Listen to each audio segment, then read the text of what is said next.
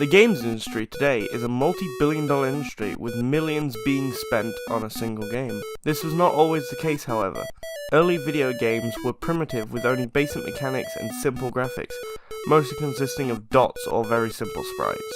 There's a discussion about what the first video game actually is. One of them was developed in 1947 and called the Cathode Ray Tube Amusement Device. This was a game based on the World War II radar displays. Players used knobs to adjust the trajectory of missiles to try and hit targets that were printed on clear screen overlays. This game was made by Thomas T. Goldsmith Jr. and Estill Ray Mann. The other was developed in 1958 and called Tennis for Two. This was a simple tennis game used as a demonstration at a laboratory by William Higginbottom. A little over a decade later, Pong was released, which was, as we know, the beginning of the modern video game. Atari released the Atari 2600 in 1977, and with that, the events leading to the video game crash was set in motion. At the time of the video game crash, there were many game consoles competing to trying to get the attention of consumers. Some of these were the Fairchild Channel F, the Magnavox Odyssey, Intellivision. However, the most famous of these was the Atari 2600, both for innovating the games industry and being one of the reasons of the crash happened. This console made Atari into a gaming giant with millions of units sold. Even with this boom in the video games industry, it was apparent that there was something on the horizon for the industry. It began with 4 programmers who were fed up of making games and not getting any credit for their work. Those programmers were David Crane, Alan Miller, Larry Kaplan, and Bob Whitehead. These gang of 4 left Atari in 1979 and the company Activision was born, and they were a huge success. Activision was the first third-party game developer for Atari. This brought a rather large handful of copycat companies hoping to become the success Atari was. These companies, without any professional game designers, churned out poor quality games and flooded the market. The games made by these companies were sold for bargain bin prices at $5 each. This made them a lot more appealing compared to the $40 games sold by Activision and Atari, causing the sales of these games to plummet drastically. Of course, it wasn't solely to blame for the crash. In 1982, Atari signed a deal with Steven Spielberg for the rights to make an E.T. game for their Atari 2600 machine. The programmer, Howard Scott Warshaw, was given 6 weeks to design, program and manufacture the game, which was a drastic shift from the usual 6 to 8 months. The resulting game was a buggy mess that barely worked, costing $40. This game's failure basically destroyed the programmer's career and made customers less inclined to buy Atari's games in the future. Okay, I've brought you here to play one of the most infamous games of the gaming industry, E.T. for the Atari 2600. I'd like to start and figure out how to do it. Alright, thank you. Okay. Okay, I'm actually, If you stand still and press the spacebar, you'll be able to go up, and you go up. Because the E.T. floats. Yes. And there's a man, he's chasing me, he looks aggressive. Oh God, help me. Please. What's this? You found a piece of a spaceship. Oh, thank God. E.T. is going home. Now your objective is to find your missing spaceship pieces so you can go home. Okay. Oh, there's a man. This game's like a pile of trash. The man's glitched out. Oh God. So I guess the objective is to find spaceship parts. Yes. So E.T. can go home. Oh, get stuck in his hole again. Is this a piece? I don't know. It's not really explained very well. Oh, I'm in a pit.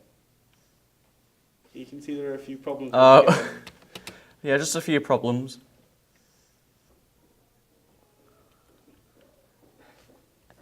It seems you're stuck in a hole. What's happening?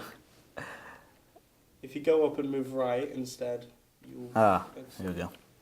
And now I'm in a different hole. How about this guy's following me? Is he important? He takes your whatever you picked up there. If you saw in the bottom... Oh, he does? This game's very doesn't really explain much. Can you see the icons at the top of the screen when There's an the arrow. is? Whenever there's a question mark, that means there's a piece of the spaceship nearby. And Okay. if you press space while the question mark is showing, it will show you where the piece is. How much would you pay for this game if you were alive in the 80s? In the 80s, well, games were quite expensive, but I don't know, like $20? Would it be? It was retailed for $40 at the time. 40 40, for this. yes. Wow. How many parts are there? I am unsure. I've never been able to beat it. I don't think anyone has. I don't get why. Is this man chasing me, the government? Are they after me? Have you seen the film? Yeah, I know. There's the government agent who's trying to take me Yeah. away, Well, there's two of them. kill me. There's the trench coat one there, and then there's a white trench coat one that picks you up and drags you around. Oh, new area. How many areas are in the game? There are about 5 different areas in the game. Is that about it? That's about it. I'm guessing the flowers restore your energy. I wouldn't know. It doesn't describe it at all. I would definitely not pay $40 for this. Oh God, please, no. So here comes Elliot to rescue you. And you Ah, start with a bit of energy. thank you, Elliot. What are your overall opinions of the game? I don't think it's good at all. It's not explaining the objectives of the game very well.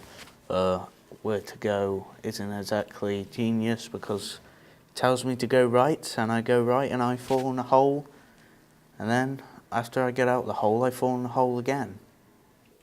The game plays really badly. It's not very well put together at all. There's a lot of glitches. It's very simple. Like I know it was the 80s, but I've seen a lot of other Atari games, and some of them are really well made. Whilst this is apparently it looks very rushed. Do you understand why people lost faith and interest in video games around this time? I can, because if they're charging $40 for this, when it's clearly broken, and I would probably be disappointed myself, and I'll probably stop playing games until they become a lot cheaper. Like games like this shouldn't be $40. Yeah, I've read up on it. It's caused the video game crash. It was I think this game was made in about 5 weeks, and it was so that it would come out alongside the movie because the movie was supposed to be a great hit. But they rushed it into development and just put it on anyway because at this point they were under the impression that they could just sell people anything and they'd pay for it. But they didn't, and then they lost faith in Atari for the quality of the games. Right, that's it. Thank you very much. Cool. These two incidents caused the video game industry to take a nosedive in sales and profits. Things started to look grim for the industry. However, just over the seas in Japan, video games were thriving with Nintendo's Famicom, and due to this fact, they turned their attention to the American audience. In 1986, Nintendo released the Nintendo Entertainment System, or NES. The console released with 17 titles available, although one of the most famous was Super Mario Bros. Nintendo saw what happened to the industry in America and took a few precautions to make sure their console didn't have the same fate. The first precaution they took was to refer to the console as an entertainment system rather than a video game system, and calling the cartridges game packs. This allowed Nintendo to sell the NES in toy stores and gain more attention. To stop unwanted people creating games for the consoles and flooding the market, Nintendo created the 10 NES lockout chip. This chip was a sort of lock and key between the cartridge and the console. Only Nintendo had access to these chips, and as a result, they were able to control the quality of games on the NES. A seal of quality was printed on licensed games and accessories to add another layer of QA. Nintendo had won the American audience with their higher standards of quality and their safeguards.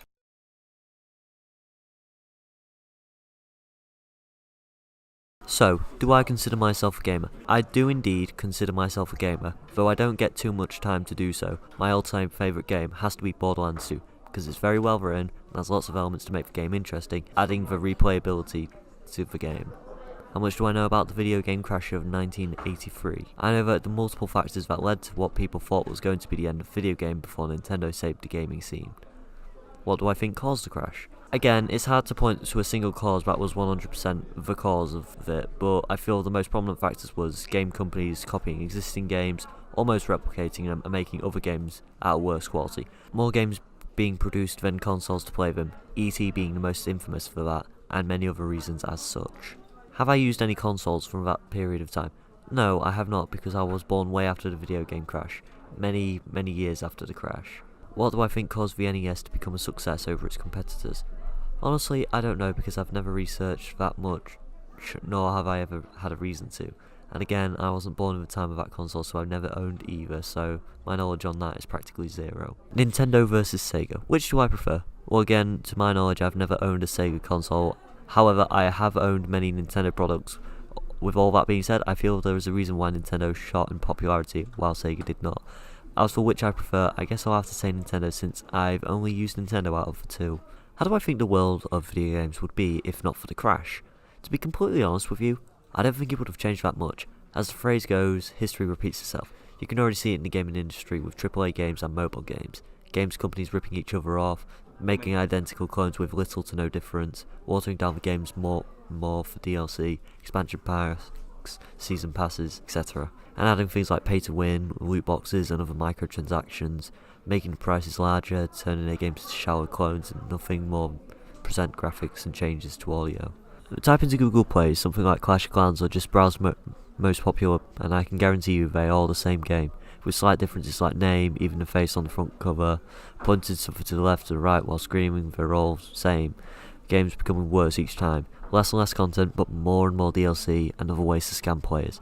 And it becomes more obvious that the public don't like it. Nintendo yet again is starting to reap the benefits of having what seems like hardly any games sort of practice, while Xbox and PlayStation have 60% of the games littered with these scummy practices with no signs of stopping. A lot of these games such as Halo, Far Cry, Call of Duty, Star Wars Battlefront, etc. are just posting these kind of practices and then wondering why people are complaining. However, much like the first crash, I feel this time around things may save the gaming industry again is Nintendo, but this time it won't be a AAA title to do it. More and more the indie gaming scene has boosted in popularity, bringing gaming back to its roots, back in the good old days when game designers cared more about making fun and enjoyable experience, and less time about the money they make. Games such as Cuphead, Undertale, Hello Neighbor, Five Nights at Freddy's, Doki Doki Literature Club, Warframe, Minecraft, and PUBG, and many more are all games that were all made by indie companies. While some can now be classed as AAA companies now, they were originally indie companies. When these games were released, they had proven to be 10 times more popular than games such as Far Cry 5, because these games have real heart and soul in them, and none of these scummy practices. Better yet, while some of these games featured on Xbox and PlayStation, most of them are on PC and a Nintendo Switch. I would even go as far as say Nintendo has, apart from PC of course, the most indie games on its store, and it's for those reasons I feel like the video game crash will repeat itself and a new generation of games will be made by these indie companies and will rise and AAA titles will drop. Xbox and PlayStation sales will likely plummet compared to their previous sales, and Nintendo sales will keep growing. More people every day are moving to PC gaming as it is, and AAA titles that produce good games will still rise in popularity, but will now have to compete against the indie companies. Through AAA companies will have a distinct advantage over the indie scene due to their higher budgets and manpower. The crash may not happen, but I think it has definitely a high chance to repeat. What may end up happening instead, though, is if not a crash, then a plummet in AAA sales and a rise in indie sales, much like previously talked about.